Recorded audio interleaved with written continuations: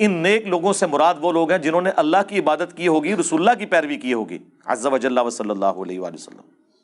ہمارا عقیدہ ہے کہ سیدنا ابو بکر، عمر، عثمان و علی رضی اللہ عنہم اجمعین وعلیہم السلام اجمعین شفاعت کریں گے، اور ویسے کرنے کے بارے میں احادیث موجود ہیں صحیح مسلم کے اندر۔ ہمارا عقیدہ ہے امام بخاری، امام مسلم یہ وہ لوگ ہیں کہ جو اللہ کے ان اولیاء اللہ میں شامل ہیں کہ جو شفاعت کرنے والے ہوں گے۔ بالکل، ہمیں تو اختلاف آپ کے ان بزرگوں سے ہے جن کے عقیدوں میں شرک ہے، جن کی تعلیمات قرآن و سنت کے خلاف ہیں۔ ہم ان کے بارے میں، ہم تو ان کو بزرگ ماننے کے لیے تیار ہی نہیں ہیں، توہین نہیں کرتے، لیکن چونکہ ان کی کتابیں واحد تعارف ہے ان کا، اور ان کتابوں میں گستاخیاں ہیں، ہمارے ایمان کا تقاضا ہے کہ جن کی کتابوں میں گستاخیاں ہیں اور اس کے علاوہ کوئی ان کا تعارف نہیں ہے، ہم ان کے بارے میں قطعاً انہیں اولیاء اللہ ماننے کے لیے تیار نہیں ہے۔ سیدھی سی بات ہے۔ لوگ پوچھ رہے ہوتے ہیں ہم ان بزرگوں کی قبروں پہ جائیں، تو میں نے پچھلی اتوار کو نا رجوع ریکارڈ کرا دیا اپنا اس کے اوپر۔ میں تو پہلے دسیا جدوں میں رجوع ریکارڈ کراواں نا تو پھر سمجھ لو کہ گل وچ کوئی اور نکل آئی ہے۔ آپ جائیں جس دربار پہ آپ نے جانا ہے، ویسے تو حکم درباروں پہ جانے کا نہیں ہے، قبروں پہ جاؤ تاکہ آخرت کی یاد آئے، صحیح مسلم کی حدیث ہے۔ مزارات پہ جانے نہیں، کیونکہ مزارات تو بنانا ہی غلط ہے، صحیح مسلم کی حدیث ہے۔ میں تمہیں منع کرتا ہوں قبریں پکا کرنے سے، قبروں پر عمارت بنانے سے اور اس پہ بیٹھنے سے۔ ڈائریکٹ بیٹھنا بھی منع ہے اور مجاور بن کے بیٹھنا بھی منع ہے۔ پھر بھی اگر آپ کو شوق ہے ضرور جائیں، لیکن ایک ریکویسٹ ہے اس شرط کے ساتھ، وہاں بلند آواز سے آپ نے، آج تک تو آپ ان کو پکارتے تھے نا مدد کے لیے، اب آپ نے بلند آواز سے کہنا ہے اے اللہ جو یہاں بزرگان دین دفن ہے، اے اللہ ان کے سارے گناہ معاف فرما، اے اللہ ان کے چھوٹے گناہ، ان کے بڑے گناہ، ان کے وہ گناہ جو انہوں نے چھپ کے کیے عوام سے، جو لوگوں کے سامنے کیے، ہاں سارے معاف کر دے۔ اے اللہ ان کی قبر میں کیڑے نہ پڑے، اے اللہ ان کی قبر کے اوپر اژدہا مسلط نہ ہو۔ ہاں تو یہ کیا غلط دعائیں ہیں؟ یہ وہ ساری باتیں جو رسول اللہ نے ہمیں فرمائی ہیں، اور جن کی قبروں کے ساتھ یہ نہیں ہونا وہ ستے وچ مدینے صحابہ کرام اور اہل بیت کے بارے میں ہے، باقی تو کسی کے بارے میں نہیں ہے۔ کون شخص یہ دعویٰ کر سکتا ہے؟ کیا ہم عذاب قبر کی کے اگینسٹ اللہ کی پناہ کیا صحابہ تابعین تبع تابعین نہیں مانگتے تھے؟ بخاری مسلم کی حدیث ہے، نبی علیہ السلام نے حکم دیا 4 چیزوں کے شر سے تشہد میں اللہ کی پناہ مانگو، اور مسلم کے الفاظ ہیں طاؤس تابعی کہا کرتے تھے میرے نزدیک جو یہ دعا نہیں مانگتا اسے نماز دوبارہ پڑھنی چاہیے۔ اندازہ کریں اتنا سخت رویہ تھا طاؤس تابعی ابن عباس کے شاگرد کا، اور امام مسلم نے صحیح مسلم میں نقل کیا ہے، وہ کہتے تھے جب نبی نے حکم فرمایا تو نماز دوبارہ پڑھے جو یہ دعا نہیں مانگتا تشہد میں، اللہم انی اعوذ بک من عذاب جہنم ومن عذاب القبر ومن فتنة المحیا والممات ومن شر فتنة المسیح الدجال۔ 4 چیزوں کے شر سے اللہ کی پناہ مانگنا، اس میں عذاب قبر سے پناہ نہیں ہے۔ اور یار اگر نبی علیہ السلام عذاب قبر کے اگینسٹ اللہ سے پناہ مانگتے ہیں جو کہ قطعاً جنتیوں کے امام ہیں، تو تواڈے بابے تے شے ہی کوئی نہیں، ان کے اوپر تو کوئی گارنٹی نہیں ہے، کرے نا۔ قرآن میں حکم ہے ربنا اغفر لنا ولاخواننا الذین سبقونا بالایمان، اہل ایمان کی نشانی ہے کہ وہ اپنے سے پہلے جو مر چکے ان کے لیے دعائیں مغفرت کرتے ہیں۔ تو ٹھیک ہے، صحابہ اور تابعین جو صحیح العقیدہ ہیں، جن کے فضائل احادیث کے اندر آئے ہیں، اہل البیت کے فضائل احادیث کے اندر آئے ہیں، ان کے تو درجات کی بلندی کے لیے آپ دعا کریں، لیکن باقیوں کے لیے تو یہ دعا کریں، ان کے لیے بھی ویسے ہی کریں تو کوئی حرج نہیں ہے۔ لیکن اگر کسی کو زیادہ کوئی حیض ہے تو آپ جن کے بارے میں کلیم کیے ہوئے ہیں تو ٹھیک ہے جائیں کریں، ضرور کریں۔ قرآن کی کس صورت میں ہے کہ رب نے کہا کہ نبی ہم آپ کو معجزہ نہیں دیں گے؟ اور قرآن کی کئی ایک صورتوں کے اندر ہے، سورۃ الانعام کے اندر ہے معجزہ ان کا منہ مانگا، سورہ بنی اسرائیل کے اندر موجود ہے۔ پچھلے دنوں میری ویڈیو ریکارڈ ہوئی ہے معجزات اور کرامات کے اوپر، جب مفتی منیب الرحمان حفظہ اللہ تعالیٰ نے میرے خلاف مضمون لکھا دنیا اخبار کے اندر، تو میں نے پھر اس کا جواب دیا۔ اس میں انہوں نے وہ ساری آیات نقل کی ہیں، ویسے انہوں نے یہ آیت ماننی تھی کبھی؟ اپنے بابوں کو بچانے کی خاطر انہوں نے کہا کہ آپ جو کہہ رہے ہو نا کہ جی بابے کیوں نہیں کوئی تخت لاتے یہاں پہ، تو یہ تو کافر بھی حضور کو کہتے تھے، تو اللہ نے فرمایا کہ یہ معجزہ ہم نہیں دیں گے، ہماری مرضی جب چاہیں معجزہ دکھائیں تو ہمارے بابے بھی اس وقت کریں گے جب اللہ چاہے گا۔ تو میں نے کہا رکو ذرا، صبر کرو، آپ کا بابوں کے بارے میں عقیدہ نہیں ہے، آپ تو کہتے ہیں بابوں کی ڈیوٹیاں لگی ہوئی ہیں، اور جب چاہیں